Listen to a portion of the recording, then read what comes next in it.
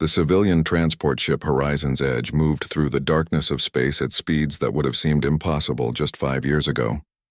Inside the observation deck stood Ambassador Kyle Morrison, with his hands clasped behind his back as he watched the stars streak past the viewport. He was a tall man in his mid-50s with graying hair and the kind of calm demeanor that came from 3 decades in diplomatic service. Beside him stood Lisa Grant, who served as his chief advisor and had been with him through negotiations on 4 different continents back on Earth. She was younger than Kyle by 15 years, but her sharp mind had earned his complete trust. The third member of their core team was Jake Bennett, who handled security and had the build of someone who took physical fitness seriously. He stood near the door with his eyes constantly scanning their surroundings, even though they were still 2 days from reaching their destination. Kyle turned away from the viewport and looked at his 2 companions with a slight smile. They were about to make history as the first official human delegation to the Galactic Council, and the weight of that responsibility sat heavy on all their shoulders. The Council governed over 200 alien civilizations spread across the Milky Way, and had maintained peace for thousands of years according to the information Earth had received. Humanity had only achieved faster-than-light travel 5 years ago, and stumbled into first contact with a trading vessel from the Uriel Confederacy shortly after. That initial meeting had been peaceful enough and led to limited exchanges of information and culture. The Uriel had been the ones to tell Earth about the Council and eventually sponsored humanity's request for an audience. Lisa walked over to stand beside Kyle and pulled up a data tablet that displayed information about the various Council species they would encounter. The Krell Empire held significant military power, and their Chancellor Vexthor would be presiding over the initial meetings. The Ashara Collective controlled vast economic networks, and their High Arbiter Selene was known for her rigid interpretation of Council law. There were dozens of other species, but these 2 held the most influence according to their intelligence. Jake joined them and crossed his arms as he looked at the tablet screen with a frown. He had voiced his concerns about this mission from the beginning, and felt that Earth was rushing into something they did not fully understand. Kyle had listened to those concerns, but ultimately believed that diplomatic engagement was the only path forward for humanity. If they wanted to join the galactic community, their ship's intercom crackled to life, and the captain announced that they would be dropping out of FTL in approximately 48 hours. Kyle nodded to himself and suggested they review their presentation materials one more time. The 3 of them moved to the conference room where holographic displays showed Earth's achievements in art and science and philosophy. They had carefully selected examples that would demonstrate humanity's capacity for creation and cooperation, rather than the violence that seemed to dominate their historical records. Lisa had argued that hiding their violent past would be dishonest, but Kyle insisted they should emphasize humanity's growth and potential rather than dwell on wars that were now behind them. As they worked through the night reviewing every detail of their presentation, Jake brought up a question that had been bothering him. He asked why the Uriel had been so insistent that humans downplay their military capabilities during these talks. The Uriel ambassador had specifically warned them that the Council viewed military strength with suspicion when it came to newer species. Kyle explained that the Council had apparently dealt with aggressive young civilizations before and had developed protocols for managing them. Lisa added that from what she had read in the provided materials, the Council preferred new members to be peaceful and compliant, rather than independent and armed. Jake did not like that answer, but kept his thoughts to himself as they continued their preparations. The Horizon's Edge dropped out of FTL at the edge of the Nexus system, and the crew got their first look at the massive space station that served as the Council's headquarters. The structure was enormous beyond anything humanity had constructed, and seemed to be built from materials that shimmered with colors that had no names in human language. Hundreds of ships from dozens of different species moved around the station in carefully controlled traffic patterns. Their ship received docking instructions and was guided to a berth in what appeared to be a section reserved for minor or unaligned species. Jake noticed this immediately and pointed out that they were being grouped with civilizations that had little to no influence in Council matters. When the docking procedures were complete, Kyle straightened his formal diplomatic attire and led his team through the airlock. They were met by a delegation of council functionaries who were members of a species called the Vorn. These aliens were thin and gray with large eyes and moved with an almost mechanical precision. The lead Vorn introduced himself with a name that the translation device rendered as something unpronounceable, so Kyle simply nodded respectfully. The Vorn explained in a flat, emotionless voice that the human delegation would be escorted to their assigned quarters and that the initial council session would convene in 6 hours. There was no warmth in the greeting and no attempt at the cultural exchange that Kyle had hoped might break the ice. Their quarters were functional but sparse and located in a section of the station that seemed deliberately isolated from the main diplomatic wings. Lisa immediately began setting up their equipment, while Jake conducted a security sweep of the rooms. He found no listening devices but suspected that more advanced technology might be undetectable to human scanners. Kyle stood at the window looking out at the vast expanse of the station and the ships moving around it. He felt a growing unease about this entire situation, but pushed it down. Humanity needed this opportunity, and he would not let his own anxiety undermine their mission. The 6 hours passed quickly, and soon they were being escorted through corridors filled with aliens of every conceivable shape and size. Some walked on 2 legs, while others floated or skittered or moved in ways that seemed to defy physics. The babel of alien languages filled the air until their translation devices filtered it into comprehensible speech. They arrived at a large chamber with seating arranged in a circular pattern around a central platform. The Vorn guide directed them to seats in an outer ring far from the center, where the most influential species sat. Kyle noticed that the Krell Chancellor occupied a prominent position along with the Asharahai, arbiter and representatives from what appeared to be the founding council members. When all the delegates were seated, a chime rang through the chamber, and Chancellor Vexthor rose to his feet. He was a massive creature that resembled an upright reptile with scales that gleamed like polished metal. His voice boomed through the chamber as he called the session to order and announced that they would hear the petition from the human delegation. Kyle stood and walked to the central platform with Lisa and Jake following close behind. He activated their holographic presentation and began to speak about Earth and humanity's desire to join the galactic community as partners and friends. But as he spoke, he could see the dismissive expressions on the faces around him and realized with growing dread that this was not going to go the way he had hoped. The first day of presentations had gone poorly, and Kyle knew it as he sat in their quarters reviewing the recordings of the session. The council members had barely concealed their contempt as he showed them images of human art and spoke about their scientific achievements. Several delegates had openly laughed when he mentioned humanity's philosophical traditions, and one particularly hostile member from the Draxian hegemony had called humans primitive warmongers who barely understood the technology they had stolen from more advanced species. Kyle had kept his composure throughout, but Lisa had seen his jaw tighten with each insult. Jake had wanted to respond to the accusations, but Kyle had quietly ordered him to remain silent. Starting a confrontation in the council chamber would only confirm their worst assumptions about humanity. The 3-day recess had been called by Chancellor Vexthor, who claimed the council needed time to review Earth's petition and discuss the matter privately. During those 3 days, the human delegation found themselves completely isolated. No other species would meet with them, and their attempts to arrange informal discussions were politely but firmly declined. Lisa spent her time analyzing every interaction and came to a troubling conclusion.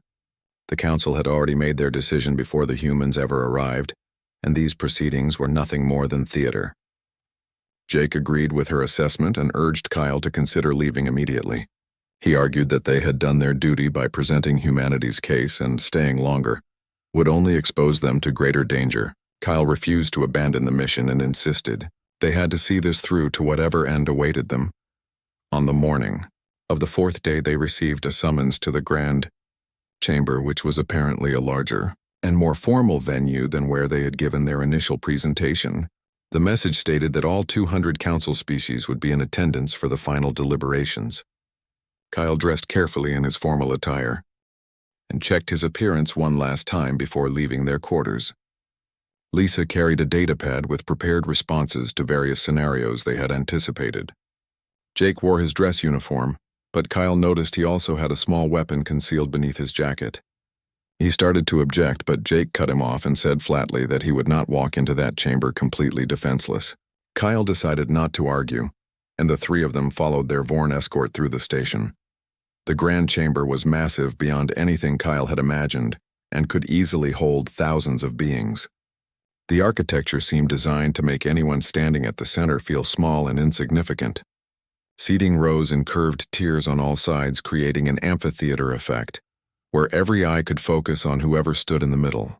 The human delegation was led to that central position, and as they walked, Kyle noticed something that made his blood run cold.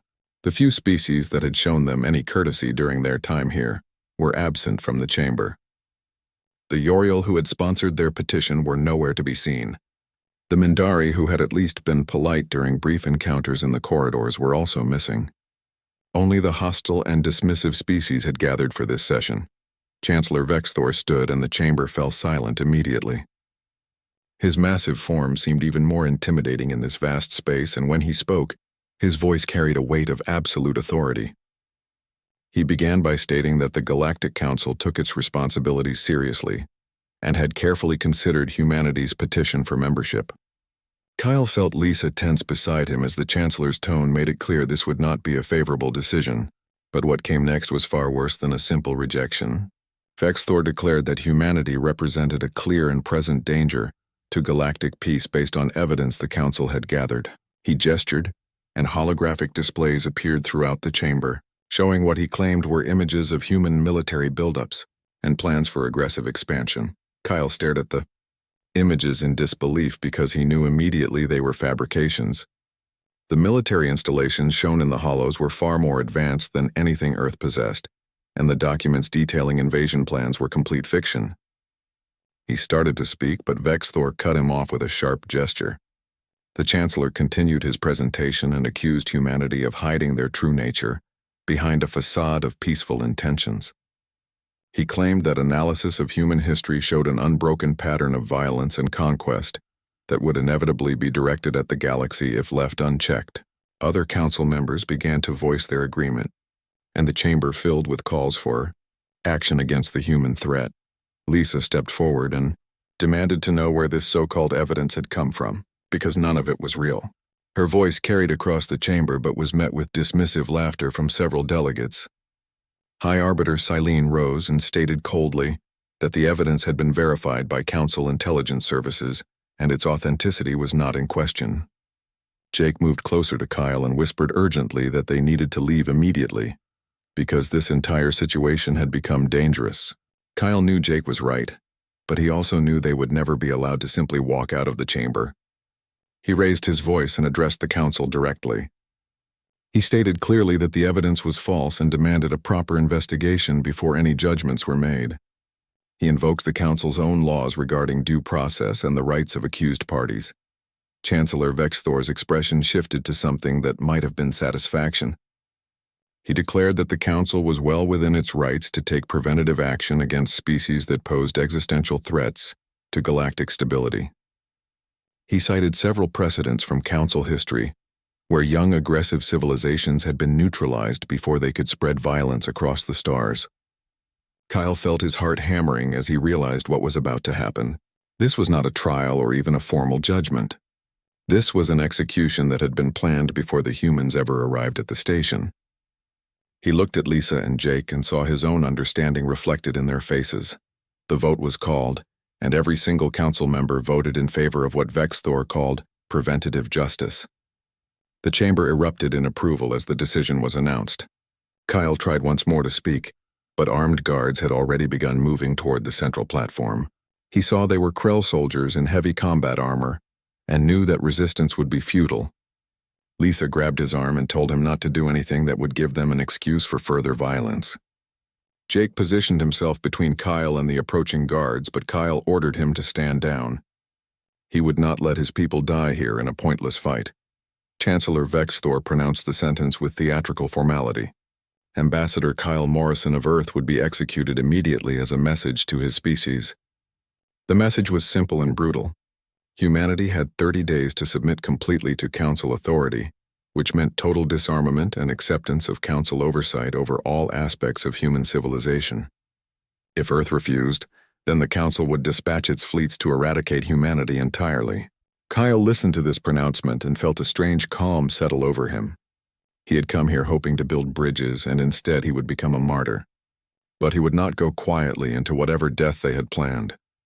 The guards seized him roughly and forced him to his knees in the center of the chamber. Lisa screamed and tried to reach him, but more guards grabbed her and Jake and held them at the edge of the platform. They were forced to watch as Kyle was positioned before the assembled council. Vexthor activated a device that would broadcast this execution across all council networks. He wanted every species in the galaxy to witness what happened to those who threatened the established order. Kyle raised his head and looked directly into the recording devices.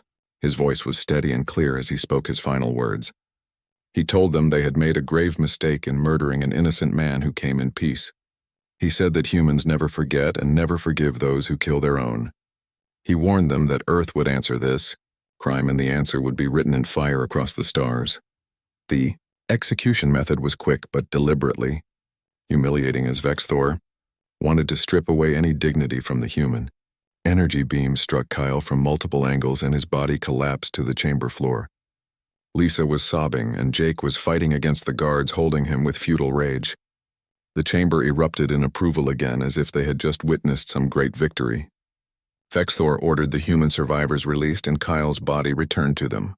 He repeated the ultimatum clearly so there would be no misunderstanding. 30 days to surrender or face total annihilation. Lisa and Jake were escorted back to their ship along with Kyle's body sealed in a containment unit. The Horizon's Edge was given immediate departure clearance as the Council wanted them gone from the station. As the ship pulled away from the dock, Lisa sat in the observation room staring at nothing while Jake made the necessary flight preparations. Neither of them spoke because there were no words adequate for what had just happened. The 3-week journey back to Earth stretched ahead of them, and they both knew that when they arrived everything would change. The Council had executed an ambassador who came in peace, and now they would learn what humans did when peace was answered with murder. The Horizon's Edge emerged from faster-than-light travel at the edge of Earth's solar system, and Lisa Grant sat in the command chair, staring at the blue world growing larger on the view screen. 3 weeks had passed since Kyle's execution, but the image of him being murdered in front of the entire Galactic Council played endlessly in her mind. Jake Bennett stood at the navigation console, and neither of them had spoken much during the journey home. The quantum communication array had already transmitted their full report, along with the video footage of everything that happened in the Grand Chamber. Earth knew what had been done to their ambassador and the ultimatum that followed. Lisa could only imagine the fury that must have swept across the planet when people saw how the Council had treated humanity's peaceful delegation. As they approached Earth orbit, they received priority docking instructions, directing them to the military station above Geneva, where the United Earth government maintained its primary headquarters. The station was normally a quiet facility handling routine administrative traffic, but now it swarmed with military vessels and transport ships moving with urgent purpose.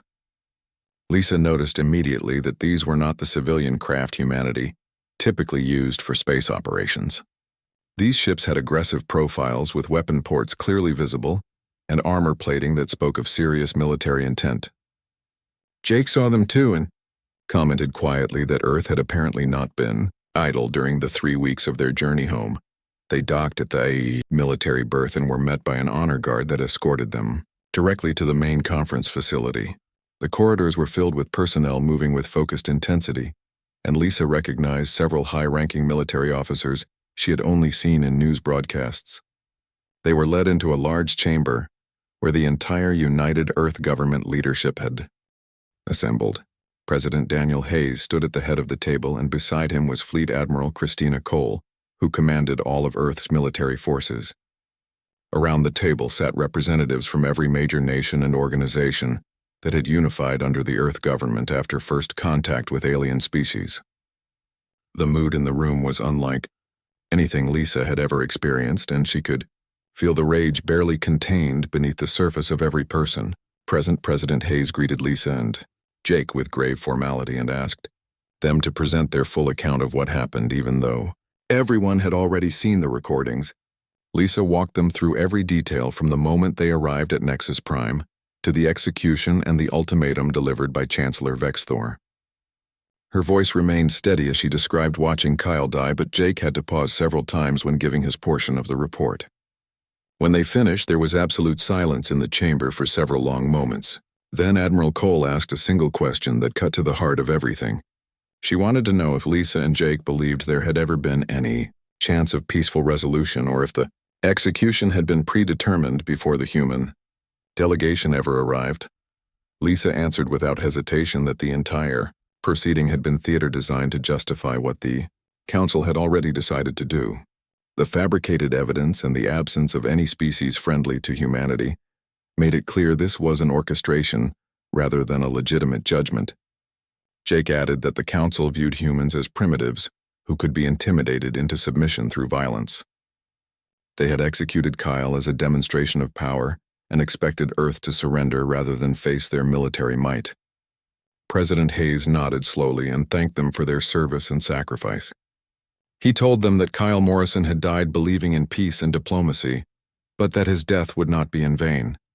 What came next would honor his memory in the only way the council would understand. The president activated a holographic display that showed the orbital space around Earth and Luna and Mars.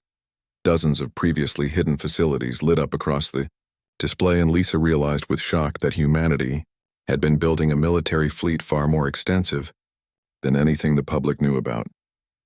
Admiral Cole stepped forward and began explaining what she called Protocol Samson, which had been developed years ago as a contingency plan.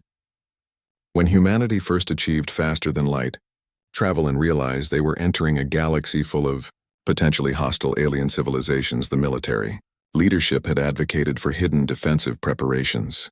The civilian government had agreed, but kept the full scope secret to avoid appearing aggressive to alien species they might encounter. The Horizon's Edge and other civilian vessels had been deliberately designed to appear primitive and barely functional. Meanwhile, in hidden shipyards throughout the solar system, Earth had been constructing true warships, using technology far more advanced than what they showed the galaxy.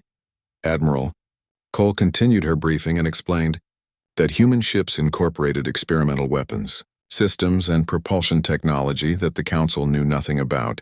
The civilian FTL drives were crude but functional, and gave the impression that humanity barely understood the science behind faster-than-light travel. The military drives were something else entirely, and could achieve speeds and maneuverability that would shock any Council species. Human weapons were based on principles developed through centuries of warfare on Earth and included kinetic kill systems and nuclear arsenals and directed energy, weapons that had been refined to devastating effectiveness. The Admiral pulled up specifications and battle simulations that showed human warships engaging Council vessels with overwhelming superiority. Lisa watched in amazement as the simulations played out because she had never imagined Earth possessed this kind of military capability. President Hayes took over the briefing and explained the philosophy behind Protocol Samson. The name came from an ancient story about a man who brought down a temple on himself and his enemies when he was betrayed and blinded. If humanity ever faced an existential threat from alien civilizations, then the protocol called for total warfare, with no restraint and no mercy. The goal would not be defense or negotiation, but complete extermination of the threat. Hayes stated flatly that the Council had made themselves that threat when they murdered Kyle Morrison and demanded Earth's surrender. The Council had 23 days left on their ultimatum, but Earth would not wait. The response would begin immediately, and would not stop until the Galactic Council was destroyed. Jake spoke up and asked if the leadership understood that this meant war with over 200 alien civilizations, many of which had been spacefaring for thousands of years. Admiral Cole smiled grimly and replied that the Council's age was their weakness, not their strength. They had grown complacent and arrogant after millennia of unopposed power. Their military forces followed ancient doctrines and honor codes that made them predictable. Their ships were designed for showing force rather than actual combat, because they had not fought a real war in living memory. Humans, by contrast, were the product of a death world where everything from the weather to the wildlife had tried to kill them for millions of years. Human warfare had been refined through countless conflicts into something brutal and effective. The Council species had evolved on peaceful worlds, and their psychology could not comprehend the kind of total war humanity was about to unleash on them. The President called for a vote on activating Protocol Samson and authorizing military operations against the Galactic Council. Every single representative voted in favor without hesitation. Hayes then addressed the room and stated that this decision would define humanity for generations to come. They were choosing to become what the Council had falsely accused them of being. They were choosing violence over diplomacy and extermination over coexistence. But the Council had given them no other choice when they executed an innocent man who came in peace. Kyle Morrison had believed in the best of humanity and the possibility of peaceful relations with alien species. His murder proved that the galaxy was not ready for peace and would only understand force. Earth would give them force beyond anything they imagined possible. Admiral Cole activated the military networks and began issuing orders to fleet commanders throughout the solar system. Warships that had been held in secret reserve began powering up their reactors and running final combat checks. Personnel who had trained for years on the possibility of this moment reported to their stations with grim determination. Lisa watched the organized chaos of military mobilization and felt a strange mix of emotions. Part of her mourned for the peaceful future Kyle had hoped to build, while another part felt savage satisfaction that the Council would finally face consequences for their arrogance. Jake stood beside her and seemed to read her thoughts. He said quietly that Kyle would have hated what was about to happen, but would have understood why it was necessary.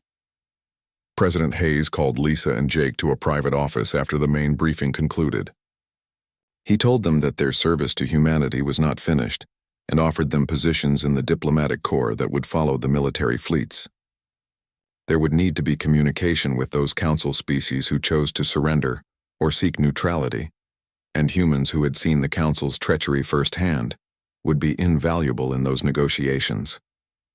Lisa accepted immediately because she wanted to see this through to whatever end awaited. Jake hesitated but finally agreed on the condition that he would be armed and authorized to protect any human diplomats from suffering Kyle's fate. The president granted that authority without question. 3 days after the Horizon's Edge returned to Earth, the first wave of human warships departed the solar system bound for Council space. Admiral Cole commanded from the EDS Retribution, which was a massive dreadnought that represented the peak of human military engineering. The fleet consisted of 200 warships, each crewed by personnel who had trained extensively in combat operations. Their first target was Kepler Station, which served as the Council's primary military outpost, guarding the approaches to their core territories. The humans would announce their presence to the galaxy, not with words but with the complete annihilation of that station, and every Council ship defending it. Lisa watched the fleet depart from the observation deck and knew that everything was about to change. The Council had wanted to see human monsters, and now they would get exactly what they asked for. The Earth Defense Fleet dropped out of faster-than-light travel at the edge of the Kepler system with perfect precision in every ship, immediately began accelerating toward the massive military station that orbited the fourth planet.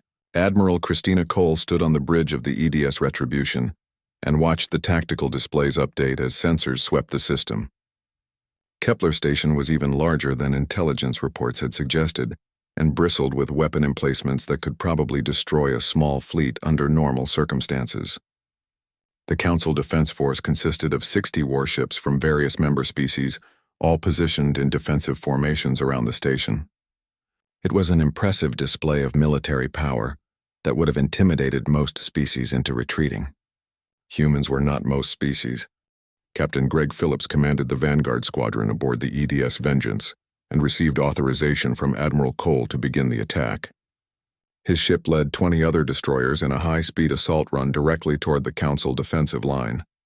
The human vessels accelerated at forces that would have killed most alien crews, but human physiology allowed them to endure punishment that other species could not. Phillips felt the pressure crushing him into his command chair as the Vengeance pushed past 12 gravities of acceleration. His crew endured the same crushing force, but their training and Death World evolution let them remain functional when alien crews would have blacked out or died. The tactical officer called out that Council ships were moving to intercept, but their acceleration was pathetically slow by human standards. The Krell Warmaster, Thunrak, commanded the defense force from his flagship and watched in disbelief as the human ships approached at speeds he had never seen before from vessels that size. His tactical officers reported that the humans were pulling maneuvers that should tear their ships apart from the stress, but somehow the crafts remained intact. He ordered his fleet to open fire, but the human vessels jinked and rolled with impossible agility, dodging most of the incoming fire. The few hits that connected seemed to do minimal damage as human armor proved far more resilient than expected. Thun Rock had commanded fleets for 40 years and fought in a dozen conflicts, but nothing in his experience prepared him for what he was witnessing. The Vengeance closed to effective weapons range, and Captain Phillips ordered all batteries to open fire. Kinetic kill weapons launched solid slugs at relativistic speeds that struck Council ships with devastating force. The projectiles punched through shields and armor like they were paper, and several Council vessels simply disintegrated from the impacts. Human railguns hurled magnetically accelerated projectiles in rapid succession, and each hit caused catastrophic damage. Phillips watched with grim satisfaction as 3 Council destroyers were destroyed in the first 30 seconds of engagement. His tactical officer reported that the enemy was trying to reform their defensive line, but human ships were already inside their formation, sowing chaos. Commander Nina Walsh piloted the EDS Wraith through the battle with deadly precision. Her ship was a stealth destroyer equipped with experimental cloaking systems that made it nearly invisible to Council sensors. She led a squadron of similar vessels that had broken away from the main fleet and circled around to attack Kepler Station from an unexpected angle. The station's defensive systems were focused on the frontal assault and never detected the stealth ships approaching from above. Walsh brought her ship within point-blank range of the station's communication arrays and unleashed a barrage of missiles that tore through the unarmored sections. Secondary explosions rippled across the stations. Surface's critical systems were destroyed. Admiral Cole watched the battle unfold from the Retribution and felt a cold satisfaction at how completely the Council forces were being outmatched. Human tactics incorporated lessons learned from thousands of years of warfare and emphasized speed and aggression and concentrated firepower. The Council ships fought with rigid formations and predictable maneuvers that made them easy targets. She opened a channel to all human vessels and authorized use of nuclear weapons against hardened targets. Several destroyers broke formation and accelerated toward Kepler Station itself. The Council had banned nuclear weapons millennia ago as barbaric and uncivilized. Humans had refined them into precision instruments of destruction. Captain Phillips received the authorization and selected 3 warheads from his ship's arsenal. The Vengeance had taken heavy damage from Council fire, and his engineering officer reported critical failures in multiple systems. Phillips made a decision that he knew would cost him his life, but would ensure the mission's success. He ordered his crew to evacuate in escape pods and set the ship on a collision course with Kepler Station's main reactor complex. His executive officer refused the evacuation order and stated that the bridge crew would stay with their captain. Phillips did not have time to argue and focused on guiding his dying ship toward the target. The Vengeance shed armor plating and vented atmosphere as it pushed through the defensive fire, but Phillips kept it on course through sheer force of will. Thun Rock saw the human destroyer coming and realized, with horror, what the captain intended to do. He ordered all weapons to focus on that single ship, but the humans had already accepted their deaths and nothing would stop them. The Vengeance slammed into Kepler Station's reactor section at full acceleration, and the nuclear warheads detonated simultaneously. The explosion was visible across the entire system as a miniature sun briefly flared into existence. When the light faded, Kepler Station had a massive hole torn through its core and was breaking apart from structural failure. Captain Greg Phillips and his bridge crew had died instantly, but their sacrifice had crippled the Council's primary military installation in this sector. Commander Walsh saw the explosion and felt a moment of grief for the crew of the Vengeance before returning her attention to the mission. Her stealth squadron had successfully infiltrated the station's computer networks and uploaded a viral program that seized control of Council communication systems. Within seconds, the program began broadcasting a message across all Council frequencies. The message consisted of the full recording of Kyle Morrison's execution, followed by a declaration from President Hayes. The President's words were simple and devastating. He stated that the Council had executed an innocent man to intimidate humanity, and now Earth would show them what humans did to murderers. There would be no mercy and no negotiation and no survivors. Every Council world that supported the organization militarily would be considered a legitimate target. Any species that wished to avoid destruction should withdraw. From the Council immediately, the battle for Kepler Station raged for 18 more hours, but the outcome was never in doubt after the Vengeance's sacrifice. Human ships methodically destroyed every Council vessel in the system using tactics that ranged from brilliant to brutal. When Council ships tried to surrender, the humans ignored the transmissions and continued attacking. Admiral Cole had made it clear before the fleet departed Earth that this was not a war for territory or resources. This was extermination warfare aimed at completely destroying the Council's ability to threaten humanity. Prisoners would only complicate that mission, so none would be taken. War Master Thunrock's flagship was one of the last Council ships still fighting, and he knew his death was approaching. He had watched the humans tear through his fleet with a savagery that defied everything he understood about civilized warfare. These were not honorable warriors following established conventions. These were predators who fought with the single-minded purpose of killing their enemies as efficiently as possible. His communications officer reported that the viral message from Earth had spread across Council networks, and panic was beginning to spread among member species. Thunrock's last transmission before his ship exploded was a warning to the Council leadership. He told them they had awakened something that would not stop until they were all dead. Admiral Cole surveyed the wreckage, floating in space around the shattered remains of Kepler Station, and felt no satisfaction in the victory. This was not glorious combat, but necessary slaughter, and she knew many more battles like this lay ahead. Her tactical officer reported that human casualties totaled 3 ships destroyed and 7 damaged beyond immediate repair. Council casualties were total, with all 60 defending ships destroyed and Kepler Station reduced to drifting debris. The mathematics of the engagement spoke to the gulf between human warfare and Council military doctrine. She opened a channel to the fleet and ordered all vessels to proceed to the next target on their list. There were dozens of Council military installations between here and Nexus Prime, and every single one would be destroyed before the human fleet arrived at the Council's headquarters. Lisa Grant watched the battle recordings from her quarters aboard the diplomatic vessel that followed the main fleet, and felt sick at the scale of destruction. She had wanted the Council to pay for Kyle's murder, but seeing it happen in such brutal detail was different from imagining it. Jake sat beside her and pointed out that the Council had chosen this path when they executed an ambassador who came in peace. Every alien who died in this war had supported or enabled the system that murdered Kyle. Lisa knew he was right, but it did not make watching it any easier. She thought about Kyle and what he would say if he could see what his death had unleashed. Part of her believed he would be horrified, but another part thought he might understand that sometimes peace could only be built on the ashes of those who refused to respect it. The human fleet regrouped after the battle and began moving deeper into Council space. Behind them, Kepler Station continued breaking apart, and the debris field would serve as a monument to humanity's response to the Council's arrogance. Across the galaxy, the viral message continued spreading, and member species began receiving reports of the total destruction of one of the Council's most fortified positions. Fear spread like wildfire as civilizations realized that these mans were not like any species they had encountered before. These were Deathworlders who had evolved in an environment that taught them violence and survival, and now they were bringing those lessons to the wider galaxy. The Council had wanted to make an example of humanity, but instead they had created an example of what happened when you murdered the wrong species ambassador. The war had truly begun, and nothing in the galaxy would ever be the same again.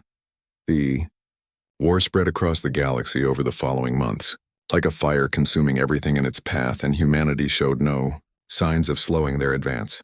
Admiral Christina Cole commanded the Earth Defense Fleet as they struck at every Council military installation between Kepler Station and the core worlds. Each battle followed the same pattern, with human forces overwhelming Council defenses through superior tactics and weapons and sheer willingness to accept casualties that would make other species surrender. The Council tried to rally their member civilizations and coordinate defensive operations, but panic and confusion undermined every effort. Dozens of species began withdrawing from the Council and declaring neutrality in hopes that humanity would spare their worlds. Some even provided intelligence about Council military positions and supply lines, hoping to buy mercy from the advancing human fleets. Commander Nina Walsh led black operations teams that struck behind enemy lines, conducting sabotage missions and assassinations that spread terror through Council leadership. Her teams infiltrated Council facilities using stealth technology and human adaptability to environments that would kill most alien species. They destroyed supply depots and communications hubs and weapons factories with ruthless efficiency. Walsh personally led a mission to assassinate 3 high-ranking Council military commanders on their homeworlds. The operations were conducted with surgical precision, and each target died never knowing humans had been on their planet. The message was clear to anyone paying attention. Humanity could reach anyone anywhere, and no amount of security would protect Council leadership from human retribution. The psychological warfare proved as effective as the military campaigns because humans understood fear in ways the Council species did not. Earth broadcast recordings of every battle across all frequencies showing the complete destruction of Council forces. President Daniel Hayes made regular addresses that were transmitted throughout the galaxy. His words were simple and uncompromising. He stated that the Council had murdered Kyle Morrison and demanded Earth's surrender.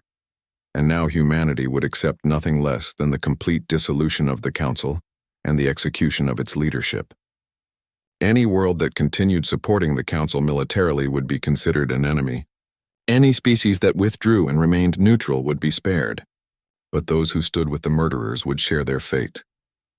Chancellor Vexthor sat in the Council chambers on Nexus Prime and watched his empire crumbling around him.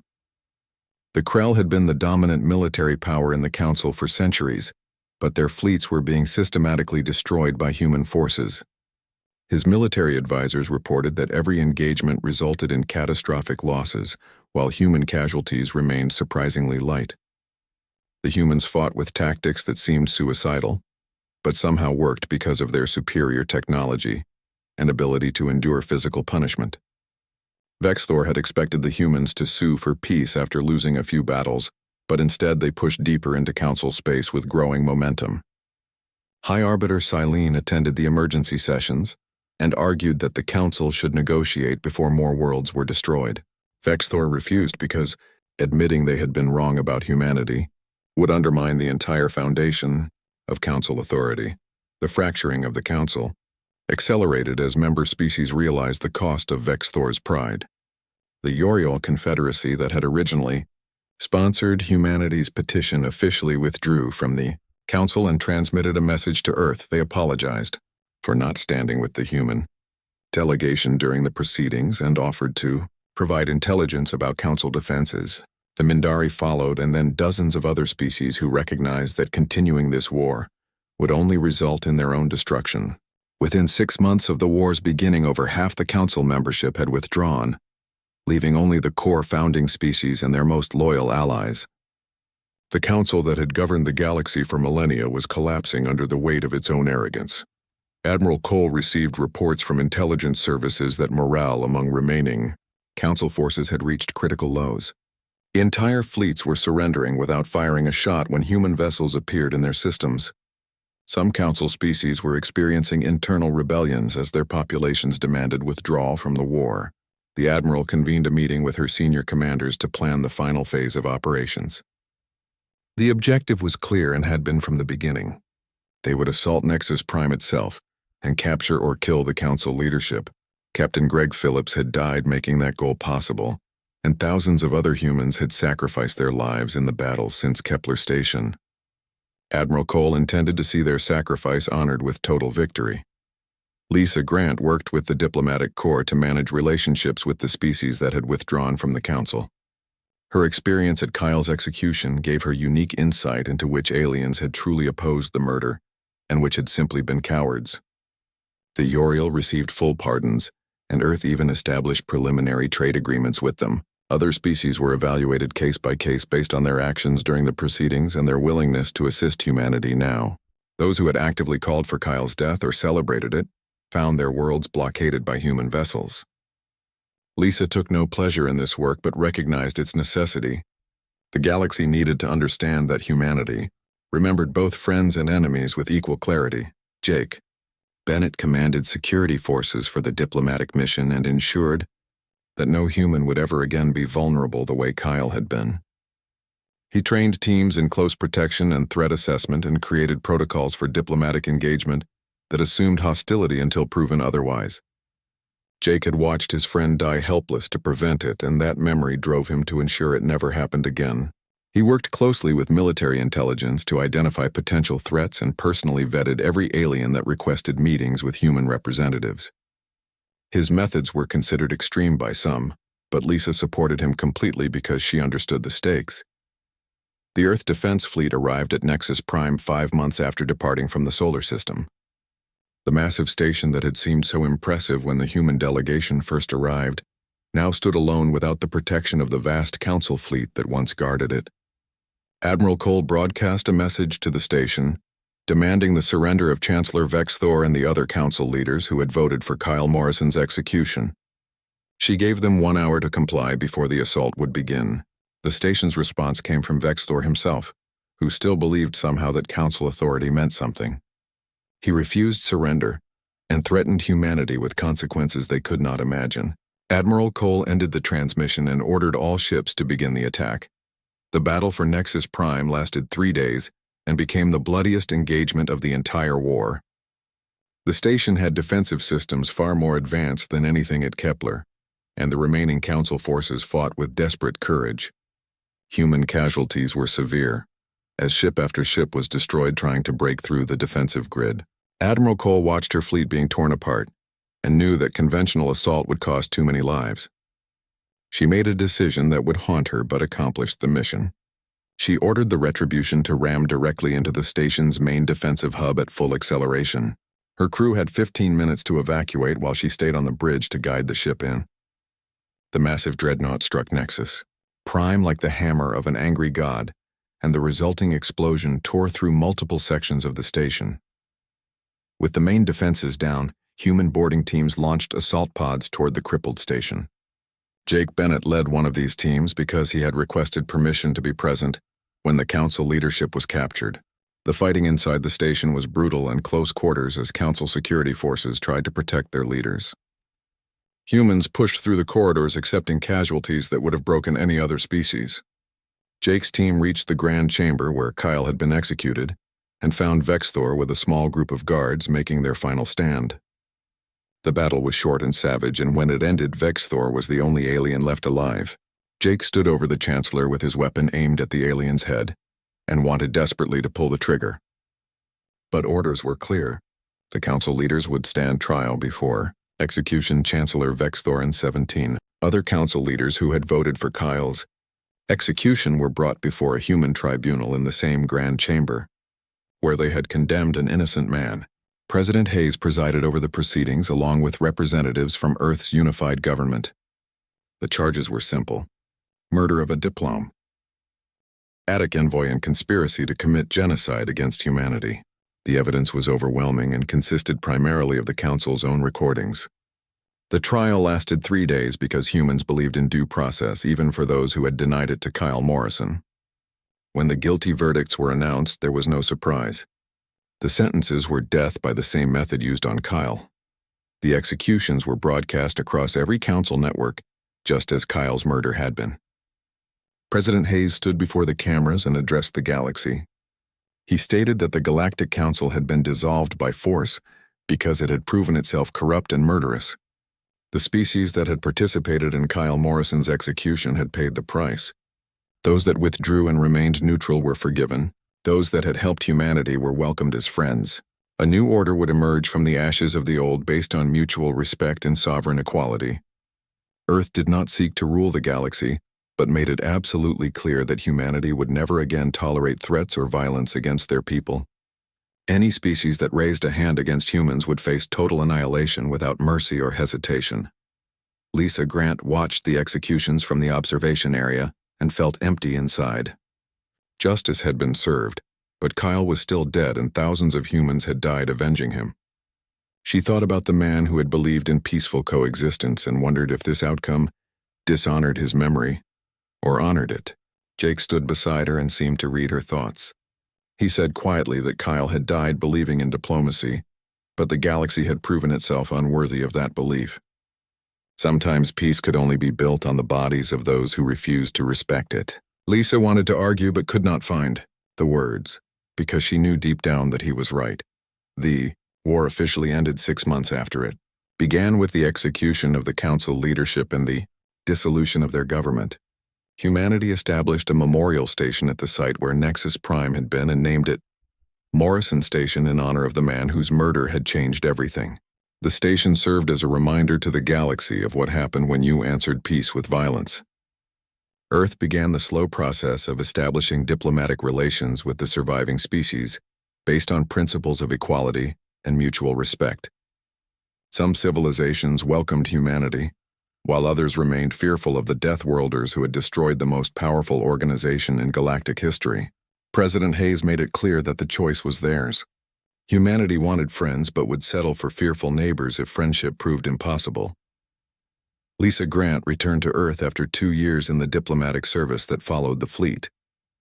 She visited Kyle Morrison's family and delivered his personal effects along with a letter from President Hayes honoring his sacrifice. Kyle's daughter was 10 years old and asked Lisa if her father's death had been worth it. Lisa looked at the child and struggled to find an honest answer. She finally said that Kyle had died believing in the best of humanity, and his death had shown the galaxy both the best and worst of what humans could be. Whether that was worth the cost would be for future generations to decide. The girl seemed to understand and thanked Lisa for bringing her father home. Jake Bennett stayed in the security forces and spent the next decade training human diplomats and protection teams. He never forgot watching Kyle die and never forgave himself for being helpless to prevent it.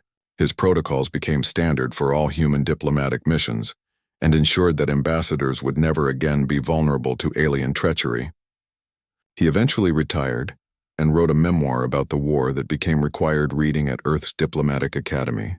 The final chapter was titled simply, Remember, Morrison, and served as a warning to both humans and aliens about the consequences of murdering ambassadors who came in peace. The galaxy learned to live with humanity as a major power, and the fear eventually faded into wary respect. New alliances formed and trade flourished, and the dream of peaceful coexistence that Kyle Morrison had believed in slowly became reality. But every species understood that humanity's capacity for violence remained just beneath the surface, waiting to emerge if threatened.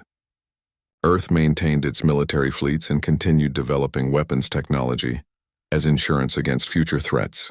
The message was clear and had been written in the ashes of the Galactic Council. Humans preferred peace but would choose extermination if forced to make that choice. The galaxy would never again make the mistake of underestimating the species from the Death World that answered murder with total war.